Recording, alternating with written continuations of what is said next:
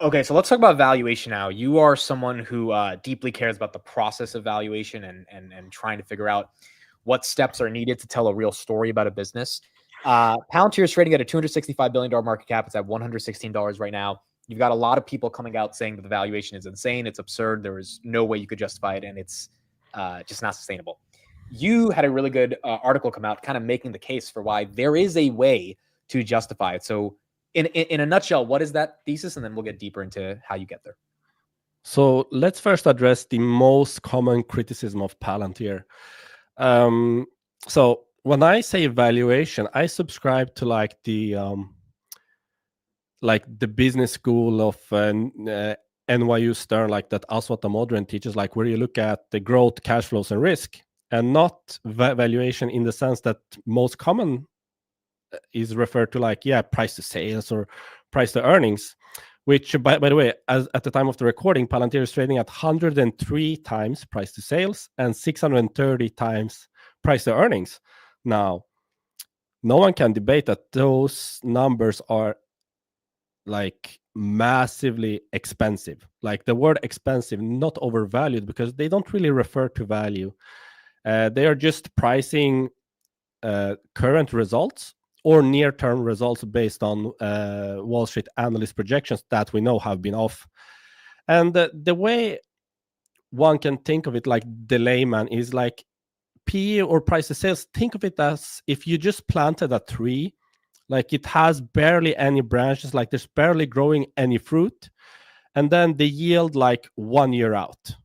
Like you're not going to get any fruit like from that tree, like it just started growing. Like why are you looking at how much you can farm next year when the life of the tree is very long, and in time it will grow up and you can farm it like a lot, like you will yield a lot of fruit in the future because it's still very young. Like why are you looking at this young tree? Like why are you looking at price to sales or price to earnings for a young company? Like people forget that Palantir has been around for 24 years now. Yeah, it's still a young business. Like they just now turned profitable. They've been cash flow positive for a while, but they just recently turned profitable, like in relative terms. They just now have this scaling mechanism in AIP. Like they just now are getting the word out that even exists. Like 1 year ago, even. Well, if you ask, like, what is Palantir? People don't know. Even today, after Palantir ran, if you go to a random person on the street, like, what is Palantir? They have no idea. It's still a very, very young business. And looking at price to sales or price to earnings for a young company makes no sense to me. And that's essentially pricing the business, not valuing it. Valuing it is the process of looking at growth, cash flows, and risk into the future and seeing, like, what am I buying? And this is a process that has been done for like centuries, like 5-6 centuries. If you go back to like the 1500s, like people were buying businesses based on expected cash flows from that business. So this is nothing new. This has been around for a long time, predates DCFs, all of that. So yes, I do look at, for every business, I'm not saying everyone should do this, of course. It's just the way I do it because it's what makes me comfortable buying a business. Is I would like to buy it for less than $1 and get that dollar. So basically buying it undervalued. So for Palantir, it's been up and down. 2024, it had a gigantic rise, which has made it pretty unavailable for me to purchase actively. But now, even though my fair value for the business is now around $65 to $70, you can actually make a case where Palantir is worth over $100 per share without like being overly super bullish, like delusional, as some people would tell you on X. You're like, this is the biggest bubble I've ever seen in the stock market. This is crazy. You people are delusional. Like, whatever they might call you for even looking at Palantir over $100 per share. And you don't even have to think very far or to even conceptualize this. So if you ask the layman, I'm going to ask you, so you pretend that you're like the average investor. You're not this super Palantir bull. If I told you, would it be a fair assumption that Palantir can grow at 30% for 10 years? Is that like a fair assumption in the general public's eyes, would you say?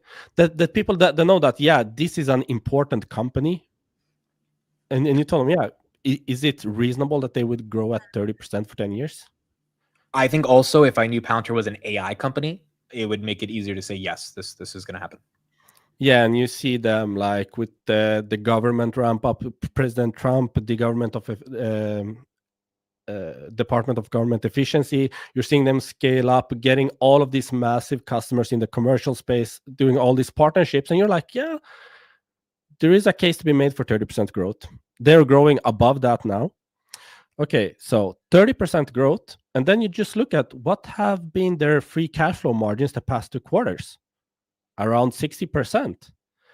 If I ask you, even as a Palantir hater, if I ask you, okay, why would their free cash flow margins decrease when they're getting increasingly efficient every quarter that passes for the past like 3 years? So no one can reasonably make an argument that Palantir's free cash flow margins will decrease. They're like, well, where will it come from? The business is increasingly getting more efficient. They have a sales strategy that doesn't require a lot of salespeople. Like they do boot camps. Their partners now do boot camps, like their Accenture partnership, PwC. Boot camps are starting to scale up. So this is a very cost-efficient way to do sales, and you can prove value like immediately. Like this, like 1 to 3 days, like 6 to 9 potential customers on average. And it's just like they're acquiring so many customers, proving value from day one. There's no like sales process that's like 12 months where you have to invest a lot to even get a customer. Like, no, this is very efficient. And increasingly every quarter, they are increasing their margins. So if I ask you, well, they made around 60% free cash flow margins the past 2 quarters. Why would that decrease? Like you could even argue that it's going to increase over time. So you take this 30% for 10 years, and then you assign them 60% free cash flow to the firm margins, and you get over $100 per share. And that's not even like delusion or hyper bull. We're like, yeah, Palantir is gonna take over the world. This is like this is the future, bro, as some haters like to point out. And it's still worth over $100 under those assumptions, which are like, it's not like I'm imagining them doing 60% free cash flow margins. Like they're doing it now for 2 quarters. Yeah. And 30%, it's not like some pipe dream. They're doing it now, and They're it's only guiding getting for it. started. And the thing with Palantir is they grow faster the more they grow. So it's like a compounding effect. A lot of investors are familiar with like how capital compounds. Like if you grow like 8% per year, like there's not many years until it doubles. Like similarly with Palantir, the more customers they get, the more they can compound revenues within those customers, and the more network effects there are, because they have a marketplace where you can build up apps. They have partnerships where they integrate like the whole like flywheel effect. Like the more Palantir grows, the more they grow. Did I frame that correctly? Yeah, the more Palantir grows, the more they grow. Yeah, because they have this insane like network effects that I haven't identified in the market since Meta, basically. So yeah, increasingly